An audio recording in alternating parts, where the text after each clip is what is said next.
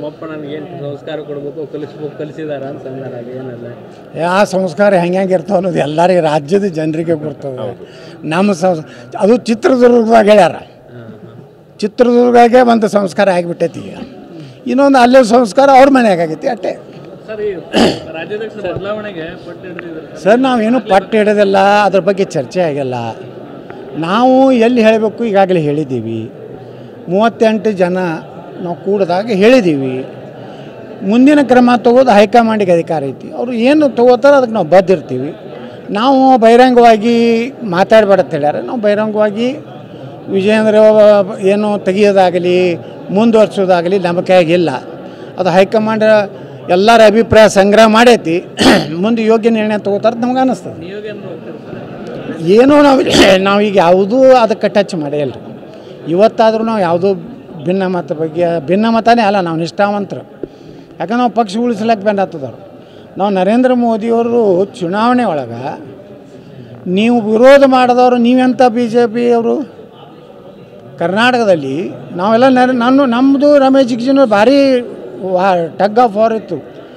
ಅವಾಗ ನಾ ಹೇಳಿದೆ ನಮ್ಮ ಕಾರ್ಯಕರ್ತರಿಗೆ, ನೋಡಪ್ಪ ಇದು ರಮೇಶ್ ಜಿಗಜಿನಿದು ಯತ್ನಾಳ ಚುನಾವಣೆ ಅಲ್ಲ, ನಮ್ಮ ದೇಶದ ಭವಿಷ್ಯ ಬರೀ ಚುನಾವಣೆ.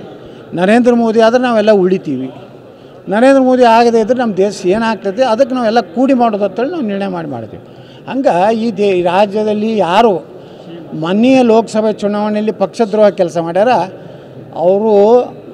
ಅವರು ತಾಯಿಗೇ ದ್ರೋಹ ಮಾಡ್ದಂಗೆ ಮತ್ತೊಂದೇನಿಲ್ಲ. ಯಾಕಂದ್ರೆ ದೇಶ ಉಳಿಬೇಕು, ಹಿಂದೂ ಧರ್ಮ ಉಳಿಬೇಕಂದ್ರೆ ನಮ್ಮ ಸ್ವಾರ್ಥ ಸ್ವಾಭಿಮಾನ ಬಿಡಬೇಕು. ನನಗೂ ಎಷ್ಟೋ ನೋವಿದ್ದು, ಅದನ್ನು ನಾವು ಯಾವ ವೇದಿಕೆಯಲ್ಲಿ ಯಾವಾಗ ಮಾಡಬೇಕು. ಲೋಕಸಭಾ ಚುನಾವಣೆಯಲ್ಲೂ ನಾವು ನರೇಂದ್ರ ಮೋದಿಯವ್ರಿಗೆ ವಿರೋಧ ಮಾಡೋದು ಅಂದ್ರೆ ನಮ್ಮನ್ನು ನಾವೇ ವಿರೋಧ ಮಾಡ್ಕೊಂಡು, ಅದಕ್ಕೆ ಇಂಥ ಮಾಡೋದವರಿಂದ ನಾವು ಪಾಠ ಕಲಿಬೇಕಾಗಿಲ್ಲ. ಯಾರ ಕಡೆಯಿಂದ ಪಕ್ಷದಿಂದ ರೊಕ್ಕ ತಿಂದು ದ್ರೋಹ ಮಾಡಿ ಲೋಫರ್ ಕೆಲಸ ಮಾಡಿದವರು ಇಂದ ನಾವೇನು ಪಾಠ ಕಲಿಬೇಕಾಗಿಲ್ಲ. ಅಂಥವ್ರ ಮೇಲೆ ಏನು ಕ್ರಮನೇ ಆಗಿಲ್ಲ ಸರ್. ರಾಜ್ಯಾಧ್ಯಕ್ಷರು ಅವ್ರನ್ನ ಜೊತೆಗಟ್ಕೊಂಡು ಓಡಾಡ್ತೀವಿ. ಈಗ ನೋಡ್ರಿ, ಈಗಂತೂ ಅದನ್ನೆಲ್ಲ ಹೇಳಿವಿ. ಮೊನ್ನೆ ಸಿದ್ದೇಶ್ವರನವ್ರು ಹೇಳ್ಯಾರ, ನಾವೆಲ್ಲ ಹೇಳಿವಿ. ಈಗ ನಾವು ನಮ್ಮ ಪಕ್ಷದ ಹಿರಿಯ ಮುಖಂಡರ ಮ್ಯಾಗೆ ಬಿಟ್ಟೀವಿ.